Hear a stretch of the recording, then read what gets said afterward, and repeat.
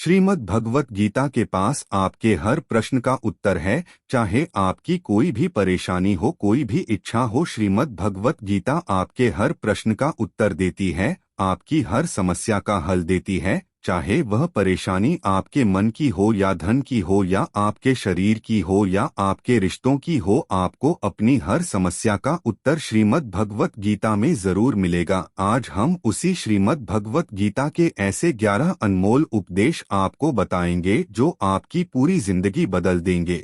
बस आप इन बातों को वीडियो के अंत तक ध्यान से सुनिए। जो भी व्यक्ति इस वीडियो को अंत तक सुनेगा उसे अपनी जिंदगी, उसे अपनी हर परेशानी का हल अवश्य मिलेगा। उसे अपनी जिंदगी में जो कुछ भी चाहिए वो उसे जरूर मिलेगा। श्रीमद् भगवत गीता का सबसे पहला उपदेश यही है कि कोई अगर आपका अपना है या कोई आपसे बड़ा है तो उसका अपने प्रति गलत व्यवहार कभी भी सहन नहीं करना चाहिए। यह गीता का उपदेश हमारी जिंदगी से भी जुड़ा है। हम भी अपने मन की अधिकतर तकलीफों को यह सोचकर जिंदगी भर सहते रहते हैं कि यह तो मेरा अपना है, यह तो मेरा बड़ा है, इसको हम कैसे कुछ कह सकते हैं। हम अगर नहीं सहेंगे, कुछ कह देंगे तो हमारे रिश्ते ही खराब हो जाएंगे, हमारे रिश्ते ही समा हो जाएंगे। पर सोचने की बात यह है कि उस व्यक्ति को आप अपना कैसे मान सकते हैं जो आपकी तकलीफों की वजह हो। अपना तो वह होता है जो हमारी तकलीफों को दूर कर दे। तो गीता का यह उपदेश है कि किसी को भी अपना फायदा मत उठाने दो, किसी को भी खुद पर जुल्म मत करने दो, क्योंकि आप जितना सहेंगे लोग आपको उतना सहने के लिए और मजबूर करेंगे। गीता का पहला अध्याय जिसका नाम अर्जुन विषाद योग और दूसरा अध्याय जिसका नाम सांख्य योग, उसके आरंभ में अर्जुन ने श्री कृष्ण के आगे अपना दुख प्रकट किया है। हे केशव, मैं कौरवों से कैसे युद्ध कर सकता हूँ? यह सब तो मेरे अपने ही है। मैं कैसे भीष्म पितामह और द्रोणाचार्य से युद्ध करूंगा, क्योंकि वो दोनों मेरे पूजनीय हैं। इसलिए इन गुरुजनों को मारने से तो अच्छा है मैं भिक्षा के अन्न को खाकर अपने जीवन का गुजारा करूं। और जिन कौर से मैं युद्ध करने जा रहा हूं वह सब धृतराष्ट्र के पुत्र मेरे भाई ही हैं, मेरे अपने ही हैं। इन सबको मारने से अच्छा है कि मैं सन्यासी बन जाऊं। तो श्री कृष्ण ने अर्जुन से कहा कि यह अपना है और कौन पराया है। जो अधर्म करता है उसके साथ युद्ध ना तुझे मोक्ष और मुक्ति देगा। तू अपने इस मन के मोह को त्याग दे, नहीं तो सारा जग तेरी निंदा ही करेगा, तुझे डरपोक कहेगा। बात अपने पराये की नहीं है, बात धर्म और अधर्म की है, बात सही और गलत की है। अगर तू गलत को सहेगा, उसका अंत नहीं करेगा, तो गलत करने वाले को और बल मिलेगा, वह और भी गलत करेगा। इसीलिए मन के मोह को त्याग करके तू युद्ध कर। महाभारत की एक और कहानी भी है। जब अर्जुन के पुत्र अभिमन्यु की युद्ध में मृत्यु हो जाती है तब अर्जुन बहुत दुखी होता है, रोने लगता है। वह श्री कृष्ण से कहने लगा कि मेरा पुत्र अभिमन्यु मर गया है, मैं यह दुख बिल्कुल भी सहन नहीं कर सकता, मैं भी अपने आप को समाप्त कर लूंगा। फिर भगवान श्री कृष्ण उसे आत्माओं के लोक में लेकर गए जहां अभिमन्यु आनंद से बैठा हुआ था। क्योंकि उसने क्षत्रियोचित व्यवहार किया इसलिए उसे उत्तम पद की प्राप्ति हुई। जब अर्जुन अभिमन्यु के पास रोते रोते पहुंचा, अपने पुत्र को देखकर अर्जुन बहुत प्रसन्न हुआ, उसे गले से लगाकर कहने लगा कि हे पुत्र, तेरे बिना तो मैं जी ही नहीं सकता, मैंने तो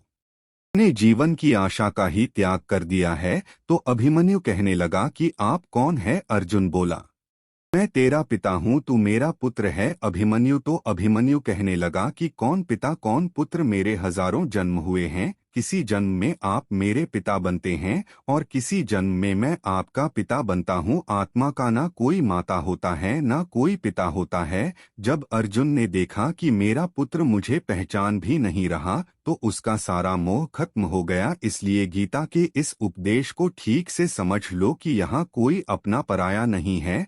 जो बुरे वक्त में, तकलीफ के वक्त में हमारा साथ दे, सिर्फ वही हमारा अपना है, बाकी सब पराये हैं। गीता का दूसरा देश यह है कि जो चला गया है कभी उसका दुख मत करो और जो आने वाला है उसकी बिल्कुल भी चिंता मत करो। जब महाभारत का युद्ध चल रहा था तब अर्जुन ने श्री कृष्ण से कहा कि अगर यह युद्ध हुआ तो करोड़ों लोग मारे जाएंगे। जो सैनिक और योद्धा इस युद्ध में मारे जाएंगे उनकी स्त्रियों का क्या होगा, समाज कैसे आगे बढ़ेगा, और भी बहुत सी बातें अर्जुन ने विस्तार से कही है। तो भगवान श्री कृष्ण ने कहा, अशो नव शोच स्वम प्रज्ञावादास भाष से गता सून अगत सुष नानु शोच। पंडिता श्री कृष्ण बोले, हे अर्जुन, तू बड़ी बड़ी ज्ञानियों जैसी बातें करता है, लेकिन जो सच में ज्ञानी होता है वो जो लोग मर चुके हैं, जा चुके हैं या एक दिन जाने वाले हैं उनकी चिंता नहीं करता है, उनका दुख नहीं करता है। तेरे हाथ में कुछ भी नहीं है, तू चाहकर भी कुछ कंट्रोल नहीं कर सकता। जीवन और मरण यह तो प्रकृति की नियति है, इसीलिए जो ज्ञानी होता है वह किसी के मरने पर भी रोता नहीं है। ज्ञानी जन ना ही बीते हुए कल का शोक करते हैं और ना ही आने वाले कल की चिंता करते हैं। इसीलिए जो होने वाला है वह होकर रहता है और जो नहीं होने वाला है वह कभी नहीं होगा। ऐसा निश्चय जिसको समझ आ जाता है, जिसकी बुद्धि में आ जाता है, उसे कभी कोई चिंता नहीं सताती, कोई दुख नहीं सताता। हमारे सारे दुखों का कारण ही यही है। या तो हम जो वक्त गुजर चुका है उसे सोच सोच कर परेशान होते रहते हैं, यहाँ भविष्य की चिंता कर कर के खुद को बीमार कर देते हैं, नष्ट कर देते हैं। गीता का ज्ञान हमें यही सिखाता है कि ना तो हम बीता हुआ कल बदल सकते हैं और ना ही आने वाले कल पर कंट्रोल कर सकते हैं। हमारे हाथ में सिर्फ वर्तमान है, सिर्फ आज का ही पल है। हमारा 98 पर तनाव और चिंताएं भूतकाल और भविष्य काल के बारे में सोचते रहने से होता है। हम हमेशा उसी में ही जीते रहते हैं मगर वर्तमान में कभी नहीं जीते, इस पल को कभी नहीं जीते। जब आप वर्तमान का पूरा आनंद लेना सीख जाओगे तभी आपकी जिंदगी से तनाव कम होगा, चिंताएं खत्म होंगी। वर्तमान में जीना एक बहुत बड़ी उपलब्धि है। हमारे हाथ में भी सिर्फ आज का ही पल है। हमें जो भी करना है आज ही करना है। कभी भी यह सोचकर समय को नष्ट नहीं करना चाहिए कि अभी मेरे पास बहुत समय बचा। चाहे एक गुरुजी ने अपने एक शिष्य को पारस का पत्थर दिया, उनका वह शिष्य बहुत आलसी था, हर काम को कल पे टाल देता था। तो गुरुजी ने उसे कहा कि मैं तुझे यह पारस पत्थर दे रहा हूँ, इस पारस पत्थर से जब तू लोहे को स्पर्श कराएगा तो वह लोहा स्वर्ण बन जाएगा, सोना बन जाएगा। और यह पारस पत्थर मैं तुझे 1 महीने के लिए दे रहा हूँ, जब 1 महीना समाप्त हो जाएगा तब मैं तुझसे पत्थर वापस ले लूंगा, तब तक तू इस पत्थर को अपने पास ही रख। गुरुजी का वह शिष्य बाजार में लोहा खरीदने के लिए गया। जब बाजार में वह लोहा खरीदने पहुंचा तो उसे लोहे का वह रेट बहुत महंगा लगा। उसने कहा थोड़े दिन रुक के ले लूंगा जब लोहे का रेट कम हो जाएगा, पर उसकी बुद्धि में यह बिल्कुल नहीं आया कि इस लोहे को मैं सोना बनाकर बहुत अधिक धन बना सकता हूँ। लेकिन उसके मन की सुस्ती, उसके मन का आलस्य की वजह से उसने उस काम को कल पे टाल दिया। ऐसे ही करते करते पूरा महीना समाप्त हो गया। फिर गुरुजी उस शिष्य के पास आ पहुँचे कि बताओ तुमने कितना सोना बनाया। शिष्य बोला कि मैंने तो अभी सोना बनाना शुरू भी नहीं किया। तो गुरुजी ने कहा मुझे मेरा वह पारस पत्थर वापस चाहिए। शिष्य बोला कि नहीं, मुझे थोड़ा वक्त दीजिए, मैं थोड़ा सोना बनाना चाहता हूँ। गुरुजी ने कहा यह पारस पत्थर पूरा 1 महीना तेरे पास था पर तू कुछ नहीं कर पाया, लेकिन अब समय समाप्त हो चुका है। ऐसे ही यह हमारा जीवन है, हमारी जिंदगी है और यह समय ही पारस पत्थर है। हम समय के एक एक पल से अपने जीवन को सोना बना सकते हैं, लेकिन हमें यह लगता है कि हमारे पास बहुत समय बचा है, एक दिन जिंदगी को जी लेंगे, एक दिन जिंदगी में खुश हो जाएंगे। लेकिन वह दिन कभी नहीं आता और हम जिंदगी भर भागते रहते हैं, चिंता करते रहते हैं, दुखी होते रहते हैं, लेकिन जिंद को जीना, खुश रहना हम भूल जाते हैं। इसलिए गीता का ज्ञान हमें यह सिखाता है कि आप आज में जीना सीखो, इस पल में जीना सीखो। गीता का तीसरा उपदेश यह है कि मौत से डरना बिल्कुल व्यर्थ है। श्री कृष्ण ने गीता में कहा है यह संसार मृत्यु लोक है, जिसका भी जन्म हुआ है वह एक दिन जरूर मर जाएगा, जिसका आरंभ हुआ है उसका अंत अवश्य होगा। हम इसे रोक नहीं सकते। जैसे हम रोज कपड़े बदलते हैं, वैसे ही हमारी आत्मा नया शरीर धारण करती है। मृत्यु सिर्फ इस जीवन का एक नया आरंभ है, इस जीवन का अंत नहीं है। आत्मा कभी नहीं मर सकती और ना ही उसे कोई मार सकता है। लेकिन मौत का डर मनुष्य को सबसे ज्यादा लगा रहता है। मौत का दुख भी इंसान को सबसे ज्यादा होता है। एक पेड़ में दो पक्षियों का जोड़ा रहता था। उन दोनों को एक दूसरे से बहुत प्रेम था। उन्होंने सा जीने मरने की कस्में खाई थी। एक दिन वहां एक शिकारी आया और उसने एक तीर चलाकर वहां पेड़ पर बैठे मादा पक्षी को मार दिया। तो वह अकेला नर पक्षी रोने लगा कि मैं तुम्हारे बिना कैसे जी पाऊंगा। तुम्हारी जगह मेरी मृत्यु आ जाती, मेरा जीवन तुमको मिल जाता। वो रो रो के बहुत विलाप करने लगा। इतने में ही उस शिकारी ने दूसरा तीर चलाया और उस नर पक्षी को भी मार दिया। वास्तविकता में यह कहानी हमारी ही है। हम भी रोते रहते हैं जब कोई मरता है तो, लेकिन हमें यह नहीं पता कि एक ना एक दिन हमारा भी जीवन समाप्त हो जाएगा। हम भी उसी मृत्यु के पेड़ पर ही बैठे हैं, लेकिन शरीर का इतना हमारा अंत नहीं है। श्री कृष्ण ने अर्जुन से कहा कि हे अर्जुन, तेरे और मेरे अनंत जन्म हुए हैं, तुझे कुछ भी याद नहीं है, लेकिन मुझे सब याद है। जो व्यक्ति इस सत्य को समझ ले कि मैं यहाँ इस संसार में कुछ समय के लिए आया हूँ, उसकी जिंदगी के सारे झगड़े, सारे दुख, सारी चिंताएं ही समाप्त हो जाएंगी। जब इस संसार से जाना ही है तो दुख किस बात का। पहले के जमाने में साधु महात्मा लोग पैदल यात्रा करते थे। यात्रा करते करते वो एक नगर में पहुंचे। महात्मा बहुत थक चुके थे। उस नगर में उन्होंने एक महल देखा और उन्होंने उस में जाकर विश्राम करने का सोचा और वह महल में जाकर सो गए। जब उस महल में वहां का राजा पहुंचा तो अपने पलंग पर उस महात्मा को सोता देखकर बहुत हैरान हो गया। राजा उस महात्मा से पूछने लगा कि तुम मेरे महल में कैसे घुस आए और मेरे बिस्तर पर सो रहे हो। महात्मा कहने लगा, यह तुम्हारा महल है, मुझे तो लगा यह धर्मशाला है। तो राजा ने कहा, आपको मेरा महल धर्मशाला कैसे लगा। तो महात्मा ने राजा से प्रश्न किया कि तुमसे पहले इस कौन रहता था। तो वह राजा बोला कि मुझसे पहले मेरे पिता यहाँ पर रहते थे और उससे पहले मेरे जी यहाँ पर रहते थे। तो महात्मा ने फिर प्रश्न किया कि क्या तुम इस महल में हमेशा रहोगे या तुम्हारे बाद कोई और रहेगा। तो राजा कहने लगा कि मेरे बाद मेरा पुत्र इस महल में रहेगा। तो महात्मा राजा से कहने लगे कि जिस जगह पर रहने वाले बार बार बदल जाते हो उसे घर कैसे कह सकते हो, वह तो धर्मशाला ही है। इसीलिए तेरे महल को धर्मशाला समझकर मैं इसमें रात बिताने के लिए आ गया। धर्मशाला जग को जीव सब मेहमान है, मोह किससे मत स्वप्न का सामान है। यदि हम भी इस बात को समझ ले कि हम यहाँ कुछ समय के लिए आए हैं, आनंद करने के आए हैं, खुश रहने के लिए आए हैं, तो हमारे सारे दुख ही समाप्त हो जाएं। जब हम अपना मोह यहाँ जमा लेते हैं, अपना दावा यहाँ जमा लेते हैं कि यह मेरा है, इसे मैं छोड़ नहीं सकता, इसके बिना मैं जी नहीं सकता, तो हमारा जीवन दुखों से भर जाता है। इसलिए जीवन में मृत्यु का त्याग करके जीवन का प्रतिपल आनंद लेना चाहिए। गीता का चौथा उपदेश, मन और विचारों को कंट्रोल किए बिना जीवन में कभी शांति और सुकून मिलने वाला ही नहीं है।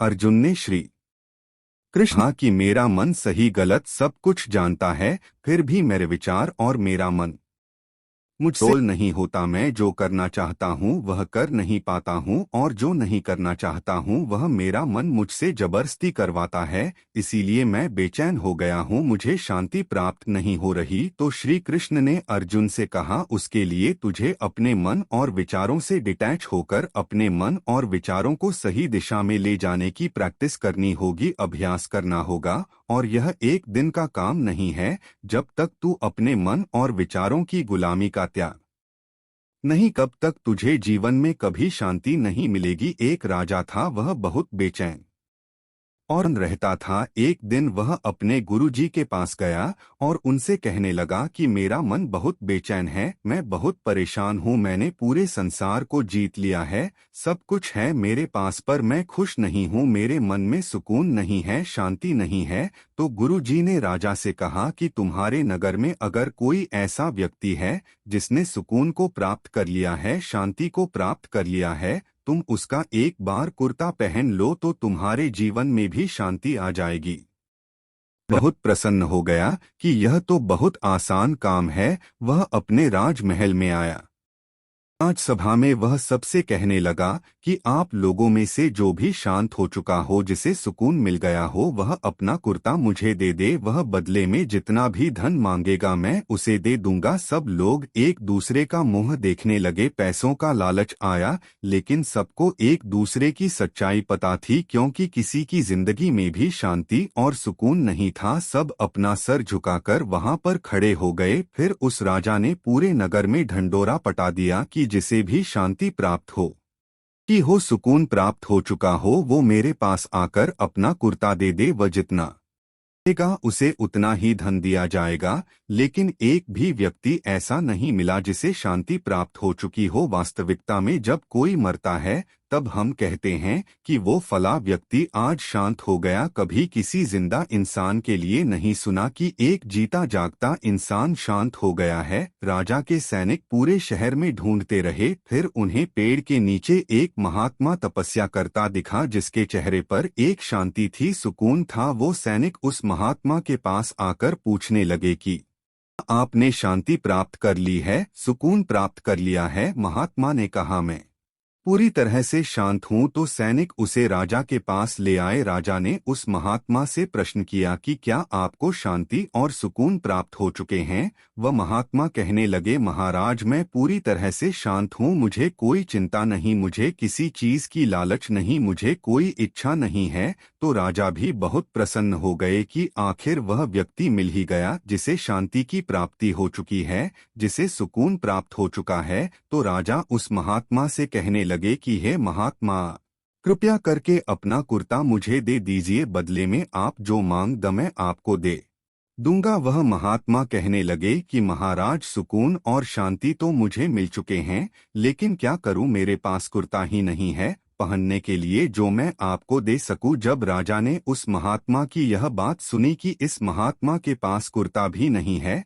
पहनने के लिए, उसके बाद भी यह महात्मा एकदम शांत है, इसके जीवन में सुकून है। मैं सारी जिंदगी धन को जोड़ने में लगा रहा, दुनिया जीतने में लगा रहा, लेकिन मुझे शांति नहीं मिली, सुकून नहीं मिला। क्योंकि शांति और सुकून बाहर की चीज नहीं है, अपने भीतर की चीज है। इसीलिए जब तक कोई व्यक्ति अपने मन और विचारों को कंट्रोल नहीं करता, तब तक उसके जीवन में सुकून और शांति नहीं आती। और गीता का उपदेश हमें यही सिखाता है कि जीवन में शांति चाहिए तो मन को शांत करना सीखो। गीता का 5वां उपदेश यह है कि वासना, क्रोध और लालच सर्वनाश का कारण है, नर्क का द्वार है। जिस भी मनुष्य में ये 3 अवगुण होते हैं, वो हमेशा दूसरों को दुख पहुंचाकर अपने ही सुख और स्वार्थ की पूर्ति करता रहता है। किसी भी चीज की हद से ज्यादा वासना करना और क्रोधी स्वभाव होना और मन में लालच होना उसके जीवन के सुख को समाप्त कर देते हैं, उसके सारे रिश्तों में जहर भर देते हैं। इन्हें नर्क का द्वार इसीलिए कहा गया है क्योंकि जिस इंसान में अत्यधिक क्रोध है, लालच है, वासना है, उसका पूरा जीवन जहर से भर जाता है। उसको मरने के बाद नहीं जीते जी यहीं पर नर्क का दर्शन होता है। गीता का 6वां उपदेश यह है कि सब भगवान एक ही है, कोई छोटा बड़ा नहीं है, सब एक परब्रह्म परमात्मा के अलग अलग रूप और नाम है। श्री कृष्ण ने गीता के 10 अध्याय विभूति योग में बताया है कि जितने भी जगत के देवी देवता हैं, वो सब मेरी ही विभूति हैं। मैं ही शिव हूँ, मैं ही इंद्र हूँ, मैं ही यक्षराज कुबेर भी हूँ, मैं ही अग्निदेव हूँ, देवताओं के गुरु बृहस्पति भी मैं हूँ, समुद्र भी मैं ही हूँ, अक्षरों में ओम भी मैं ही हूँ, काल का महाकाल भी मैं ही हूँ, सारे जगत का नाश, उत्पत्ति और पालन करने वाला भी मैं ही हूँ। श्री कृष्ण ने अर्जुन से कहा कि मेरी विभूतियों का कोई अंत नहीं है, इसलिए सब भगवान, सब नाम, सब देवता मेरे ही रूप है। इसलिए तो किसी भी देव या ईश्वर में कभी भेद बुद्धि मत करना, कभी किसी को छोटा बड़ा मत समझना। और गीता का उपदेश हमें यह सिखाता है, कभी भी किसी दूसरे के इष्ट को छोटा नहीं समझना चाहिए या इस बात पर झगड़े फसाद नहीं करने चाहिए कि कौन बड़ा है और कौन छोटा है। गीता का 7वां उपदेश यह है, सुख की इच्छा ही आखिर में हमारे दुखों का कारण बनती है। श्री कृष्ण ने अर्जुन से कहा कि मनुष्य जितना सुखों की लालसा और इच्छा करता है, उतना ही उसकी इंद्रियां सुख भोग में आसक्त हो जाती है, उतना ही इंसान का मन संसार के सुख और आकर्षण का गुलाम बन जाता है, और जितना सुख के पीछे भागेगा उतना ही उसे दुख के अनुभव से भी गुजरना पड़ेगा, क्योंकि यह संसार का नियम ही है। जो चीजें शुरू में मन को बहुत आकर्षित करती हैं, बाद में बहुत दुख देती हैं, और जो चीजें शुरू में मुश्किल लगती हैं, कठिन लगती हैं, बाद में हमें बहुत काम आती है। गीता का 8वां उपदेश यह है, जो भी मनुष्य दुनिया के सारे सहारे छोड़कर सिर्फ भगवान को ही अपना सहारा मान लेता है, उसकी हर जरूरत वह ईश्वर पूरी करता है, उसकी हर प्रकार से रक्षा वह परमात्मा ही करता है। अनन्या तयो माम ये जना परिपासते तेषाम नित्याभियुक्ता नाम योगक्षेम। वहाँ जो भी व्यक्ति मुझे ही अपना सहारा मानता है, उसका योग क्षेम मैं वहन करता हूँ। योगक्षेम वहाँ में हम अर्थात जो चीज नहीं मिली है उसकी प्राप्ति कराना, उसका नाम योग है, और जो चीज जीवन में मिली हुई है उसकी रक्षा करना, उसका नाम क्षेम है। तो श्री कृष्ण कहते हैं, जो मुझ पर डिपेंड हो जाते हैं, उनको जो चाहिए वो मैं जरूर देता हूँ, और उनकी हर प्रकार से मैं रक्षा भी करता हूँ। गीता का 9वां उपदेश यह है कि इस संसार में हमारा कुछ भी नहीं है। गीता सार में आपने कई बार सुना होगा कि तुम्हारा क्या गया, जो तुम रोते हो तुम क्या लाए थे, जो तुमने खो दिया तुमने क्या पैदा किया, जो नष्ट हो गया तुमने जो लिया यहीं से लिया, जो कुछ भी दिया यहीं पर दिया, जो आज तुम्हारा है कल किसी और का होगा, क्योंकि परिवर्तन इस संसार का नियम है। कल तक जिसके बिना आप जी नहीं सकते थे, आज उनसे कोई रिश्ता ही नहीं है, बातचीत तक नहीं है। कहाँ गए वो जीवन भर के सारे रिश्ते, वो सारे मित्र जो साथ जीने मरने की बातें करते थे, आज पता भी नहीं कि वो लोग कहाँ चले गए। ये संसार परिवर्तनशील है, सब लोग यहाँ बदल जाते हैं, हर रिश्ता बदल जाता है, और ये हमारा शरीर भी हर दिन बदल रहा है। बचपन से जवानी, जवानी से बुढ़ापा, और एक दिन यह शरीर हमारा साथ छोड़ देता है। तो किसके लिए रोना और किसकी चिंता करना। हम सारी जिंदगी चीजों को, रिश्तों को, जिंदगी को बनाने में, सजाने में, संवारने में लगे रहते हैं, लेकिन एक दिन सब कुछ बिखर जाता है। सारी जिंदगी जिस संपत्ति, जिन रिश्तों के लिए हम लड़ते रहते हैं, एक दिन सब कुछ छोड़ करके हमें इस दुनिया से जाना पड़ता है। गीता का 10वां उपदेश हमें यह सिखाता है कि किसी से भी हद से ज्यादा मोह कभी मत करना। श्री कृष्ण ने गीता का पूरा ज्ञान ही अर्जुन के मोह को नष्ट करने के लिए कहा है। यह मोह ही है जो इंसान को सबसे ज्यादा रुलाता है। मोह इतना बलवान है कि शेर जैसे इंसान को भी गीदड़ बना देता है। जो अर्जुन युद्ध में देवताओं से भी जीत गया, पर अपने रिश्तेदारों को युद्ध में देखकर उसका हाथ कांपने लगा। वो बोला, हे केशव, मेरे हाथ में धनुष पकड़ ने की ताकत भी नहीं बची है, मेरे हाथ कांप रहे हैं, मैं युद्ध नहीं कर पाऊंगा। ये मोह इतना पेनफुल होता है, जिसकी पीड़ा ना सह पाने के कारण कई लोग अपनी जिंदगी खत्म कर देते हैं, आत्महत्या तक कर लेते हैं कि उस व्यक्ति के बिना हम जी नहीं पाएंगे। जीवन में किसी से भी हद से ज्यादा मोह करोगे तो जीवन भर पीड़ा का ही सामना करना पड़ेगा। जो व्यक्ति अपने मोह से बाहर नहीं आता, उसका सब कुछ उससे छिन जाता है, उसकी सारी खुशी खत्म हो जाती है। इसीलिए गीता का ज्ञान बार बार यही सिखाता है कि अपने मन के मोह को त्याग करके आप बलवान बनो, बुद्धिमान बनो, सत्य के दर्शन करो कि वास्तविकता क्या है। क्योंकि हमारा मोह हमें हमेशा झूठ ही दिखाता है, झूठ पर ही विश्वास दिलाता है, और दिल में झूठी उम्मीदें जगाता है, और यह ही हमारे दुखों का सबसे बड़ा कारण है। हम ही मोह कर लेते हैं, हम ही लोगों से उम्मीदें लगा बैठते हैं, पर वास्तविकता बिल्कुल अलग होती है। लोग वैसे नहीं होते जैसे हम मान लेते हैं, जैसा हम समझ लेते हैं, क्योंकि मोह के कारण हमें सच्चाई नहीं दिख पाती, लोगों का असली चेहरा नहीं दिख पाता। इसीलिए गीता का उपदेश हमें यह सिखाता है, जीवन में अगर आनंद और प्रसन्नता से रहना है तो किसी में भी हद से ज्यादा मोह कभी मत करना। गीता का 11वां उपदेश यह है कि इस दुनिया में अगर आए हो तो दुख तो मिलेगा ही मिलेगा, दुख से कभी घबराना मत, दुख से कभी डरना मत। श्री कृष्ण ने गीता में कहा है कि यह संसार दुखाल अशा शवम है, अर्थात यह संसार दुखों का घर है, जिसे औषधालय में औषधि मिलती है, पुस्तकालय में पुस्तकें मिलती है, चिकित्सालय में चिकित्सा होती है, वैसे इस संसार को भी श्री कृष्ण ने एक नाम दिया है दुखाल। जहाँ पर दुख मिलता हो, दुख तो यहाँ हर किसी के जीवन में आता ही है, लेकिन अगर दुख आया है तो सुख भी आएगा, इसीलिए दुख से कभी डरना नहीं चाहिए, क्योंकि यह संसार दुखाल भी है और अशावत भी है। अशाश्वत का मतलब यही होता है कि यहाँ परमानेंट कुछ भी नहीं है, यहाँ सब कुछ बदल जाता है, दुख सुख में बदल जाता है और सुख दुख में बदल जाता है, सम्मान अपमान में और अपमान सम्मान में बदल जाता है, दर्द में और दर्द खुशी में कभी भी बदल जाती है, जीत हार में और हार जीत में। हाँ, कभी भी कुछ भी बदल सकता है, कुछ भी परमानेंट नहीं है, ना ही हम परमानेंट हैं, ना ही हमसे जुड़ी कोई चीज यहाँ पर परमानेंट है, क्योंकि यह संसार अशा है, शाश्वत नहीं है। यहाँ सब कुछ बदलने वाला है, यहाँ कुछ भी परमानेंट नहीं रहेगा, तो आपका दुख भी परमानेंट नहीं रहेगा, इसलिए दुख से कभी भी डरना नहीं चाहिए। गीता का ये उपदेश हजारों साल पुराना है, लेकिन आज भी नए से नया है। पूरे विश्व में गीता को सबसे ज्यादा पढ़ा गया है और सबसे कम समझा गया है। श्रीमद् भगवत गीता के यह उपदेश अगर कोई व्यक्ति ठीक से समझ ले और उसे अपनी जिंदगी में उतार ले तो यह पक्की बात है, वह अपनी जिंदगी में जो चाहे वह हासिल कर सकता है। अपने जीवन की हर समस्या से वो एक पल में बाहर आ सकता है। श्रीमद् भगवत गीता के इस दिव्य उपदेश को हमें बार बार सुनना चाहिए, हर रोज सुनना चाहिए।